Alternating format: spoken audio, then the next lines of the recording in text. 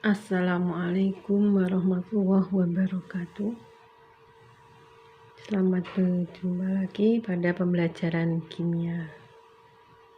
Kali ini akan bahas tentang sifat koligatif larutan. Minggu kemarin kalian telah mempelajari tentang konsentrasi larutan, yaitu molaritas, molalitas, dan fraksi mol. Nah, itu digunakan untuk menghitung atau mempelajari sifat koligatif larutan. Kalian sudah membacanya kan, dan sudah mempelajarinya. Nah, sekarang kita akan lanjutkan dengan sifat koligatif larutan. Yang pertama yaitu mengenai penurunan tekanan uap. Apa itu sifat koligatif larutan? Sifat koligatif larutan adalah sifat fisis larutan yang hanya tergantung pada jumlah partikel zat terlarut dan tidak tergantung dari jenis zat terlarut. Saya ulang. Sifat koligatif larutan adalah sifat fisis larutan yang hanya tergantung pada jumlah partikel zat terlarut dan tidak tergantung dari jenis zat terlarut. Nah, ini membahas tentang sifat koligatif larutan yang tergolong sifat koligatif larutan. 1. Penurunan tekanan uap. Yang kedua, kenaikan titik didih. Yang ketiga, penurunan titik beku. Dan yang keempat, tekanan osmotik. Sekarang kita bahas yang pertama, yaitu penurunan tekanan uap. Penurunan tekanan uap jenuh larutan. Siapa yang tahu tentang tekanan uap? Pernah kalian lihat kalau masak air itu kan airnya ada yang berubah jadi uap, ada berubah jadi gas. Nah, ini contohnya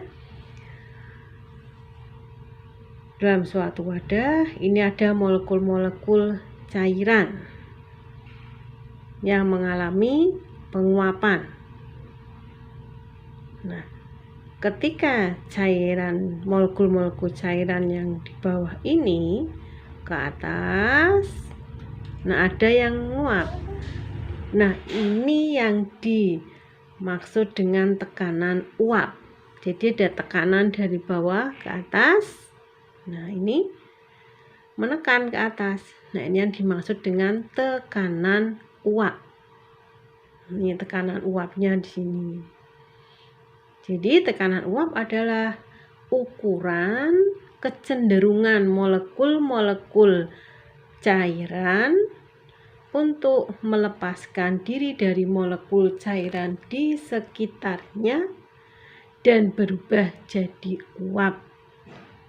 Ini molekul-molekul cairan meninggalkan molekul cairan di sekitarnya. Nah, ini itu namanya tekanan uap. Nah, ini tekanan uap cairan ya. Tekanan uap nanti dimanakan dengan tekanan uap pelarut. Hanya berisi pelarut. Kemudian kalau pelarut tadi ditambahkan zat terlarut. Pelarut yang murni tadi, molekul pelarut ditambahkan zat terlarut. Jadi ini campur molekul pelarut dan molekul zat terlarut jadi satu. Kalau yang gambar tadi ini hanya molekul pelarut. Ini molekul pelarut sama semua. Ini tekanan uap pelarut. Kalau yang ini pelarut sudah ditambah zat terlarut.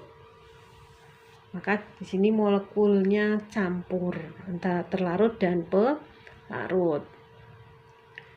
Nah, jika ke dalam pelarut tadi ditambahkan zat terlarut yang sukar menguap, sehingga terbentuk suatu larutan, maka hanya sebagian pelarut akan menguap. Hanya sebagian saja pelarut akan menguap. Yang terhalang oleh zat terlarut tadi tidak menguap. Ini pelarut hanya sebagian. Kenapa kok sebagian? Beda dengan yang tadi. Nah, ini molekul-molekulnya akan menekan ke atas semua, molekul cairannya. Sedangkan yang ini tidak. Sebagian saja yang menekan ke atas. Kenapa kok hanya sebagian? Tidak seperti yang tadi hanya pelarut saja. Kalau tadi kan semuanya pelarut, sekarang sudah berisi pelarut, ada zat terlarut. Jadi yang airnya ini yang akan molekul cairan ini yang menguap hanya sebagian. Lebih kecil daripada yang isinya hanya pelarut. Ini pelarutnya akan menguap banyak. Sedangkan yang sudah ada zat terlarut, molekul-molekul pelarutnya yang menguap. Nah, ini hanya sebagian. Yang menguap itu molekul pelarut hanya sebagian saja.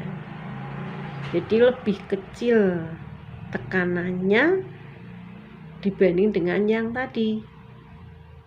Kenapa kok hanya sebagian? Karena yang sebagian lagi terhalang.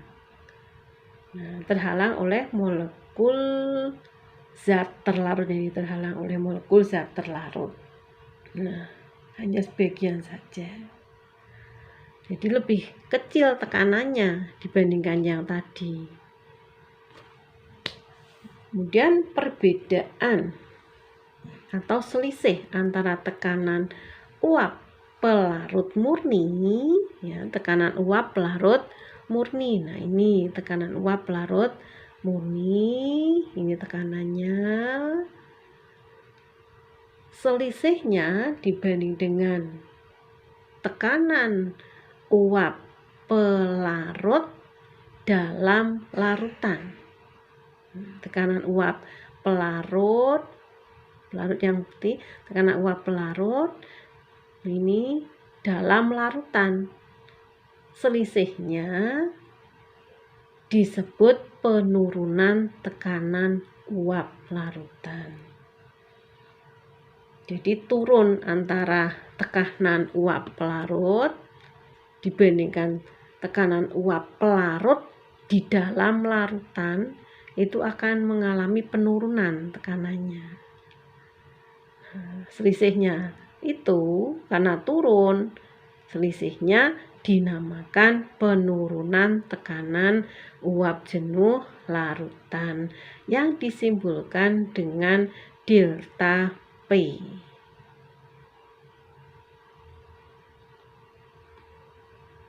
Nah, contoh rumusnya dulu ya. Rumus mengenai penurunan tekanan uap. Besarnya penurunan tekanan uap jenuh larutan diselidiki oleh Rolle yang dirumuskan sebagai berikut. Delta P sama dengan P0 kali fraksi mol terlarut. Atau kalau P sama dengan P0 kali fraksi mol pelarut. Bedanya kalau delta P itu adalah penurunan, sedangkan P adalah tekanan uap jenuh larutan.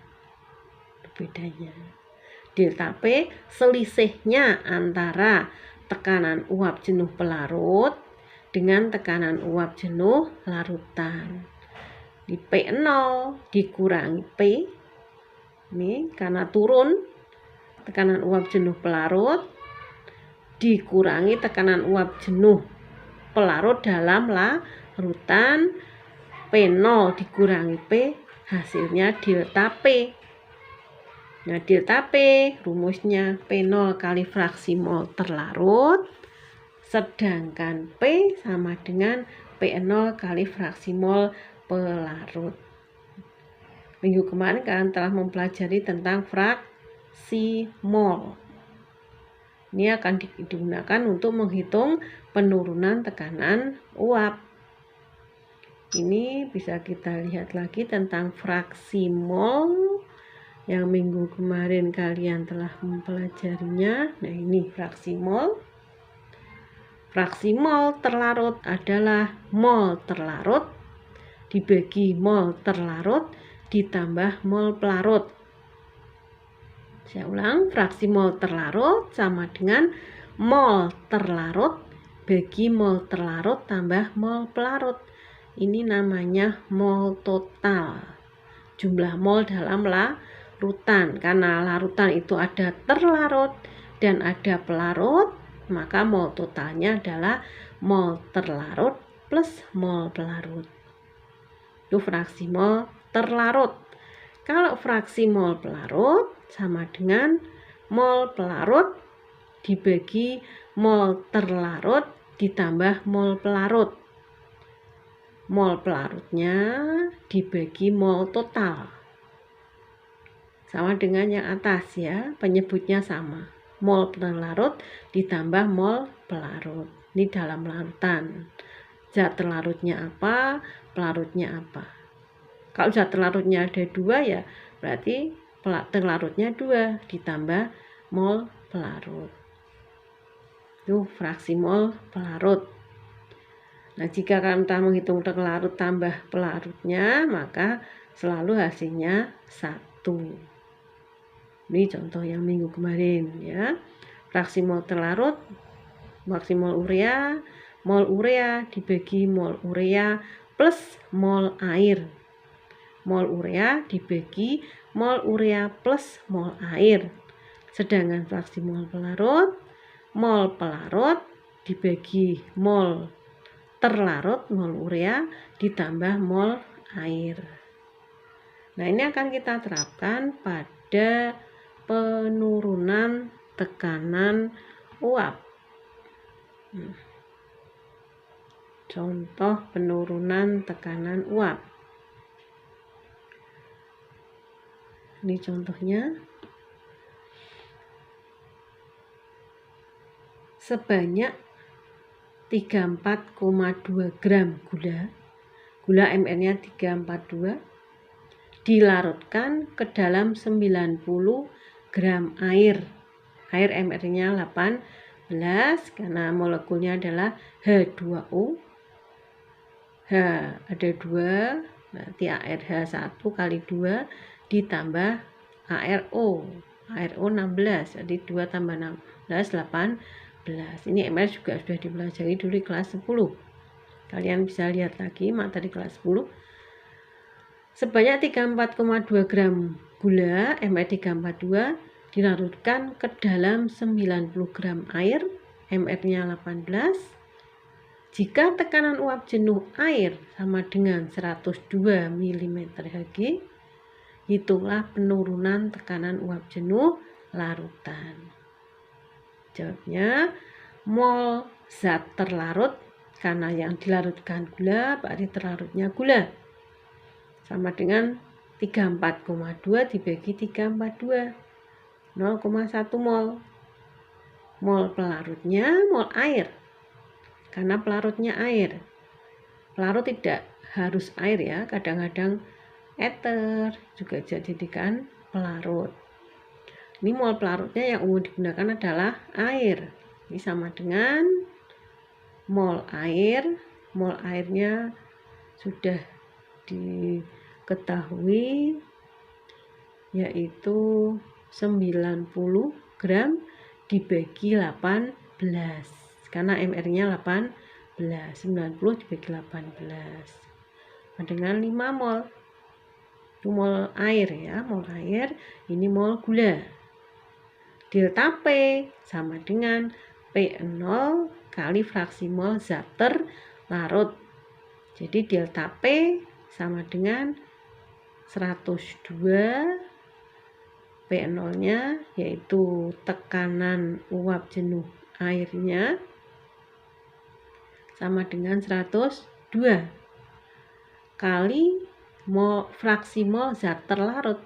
Fraksi mol terlarut yaitu 0,1 dibagi mol terlarut ditambah mol pelarut mol air. Mol gula dibagi mol gula ditambah mol air. Sama dengan 102 kali 0,1 per 5,1 hasilnya adalah 2 mm Hg. Itu satu contoh dari penghitungan penurunan tekanan uap. Kalian bisa latihan pada soal-soal di CBT. Silakan kerjakan. Yang dulu urian ini mudah-mudahan bermanfaat. Assalamualaikum warahmatullahi wabarakatuh.